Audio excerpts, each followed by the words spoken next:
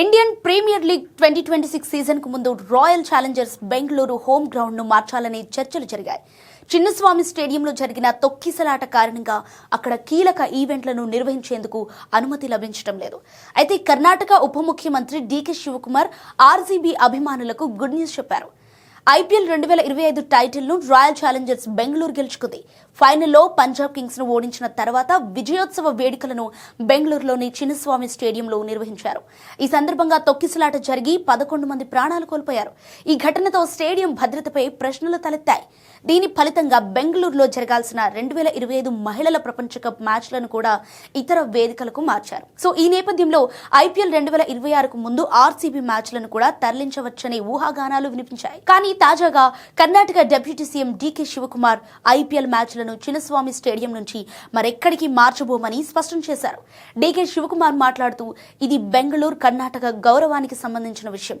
IPL మ్యాచ్లు ఇక్కడే జరిగేలా చూస్తామని అన్నారు. డీకే శివకుమార్ ఎక్స్ ఖాతా వేదికగా పోస్టు చేస్తూ ఇలా రాసుకొచ్చారు. చిన్నస్వామి స్టేడియం నుంచి ఐపీఎల్ మ్యాచ్లను మరెక్కడికి మార్చడానికి మేము అనుమతించాం. ఇది బెంగళూరు కర్ణాటక గౌరవానికి సంబంధించిన ప్రశ్న. సో ఐపీఎల్ మ్యాచ్లు ఇక్కడే జరిగేలా మేము ఖచ్చితంగా చూస్తామని, నేను క్రికెట్ అభిమానిని. భవిష్యత్తులో ఇలాంటి సంఘటనను మళ్లీ జరగకుండా స్టేడియం గౌరవం చెక్కు చెదరకుండా మేము చర్యలు తీసుకుంటాం. ఒక ప్రత్యామ్నాయంగా ఉపయోగపడేలా మేము కొత్త క్రికెట్ స్టేడియాన్ని కూడా నిర్మిస్తామని డీకే శివకుమార్ పేర్కొన్నారు. అయితే 2025 మహిళల వన్డే ప్రపంచ కప్ లో 5 మ్యాచ్లు ఇక్కడ జరగాల్సిండగా జూన్ 4న జరిగిన తొక్కిసలాట తర్వాత కర్ణాటక రాష్ట్ర క్రికెట్ అసోసియేషన్ పోలీసుల నుంచి అవసరమైన అనుమతిని పొందలేకపోయింది. దీనికి ముందు ఆగస్టులో మహారాజా T20 టోర్నమెంట్ ను నిర్వహించే హక్కును కూడా ఈ స్టేడియం కోల్పోయింది. అంతేకాకుండా 2026లో జరగబోయే మహిళల ప్రీమియర్ లీగ్ మ్యాచ్లు కూడా చిన్నస్వామి స్టేడియంలో జరగవు.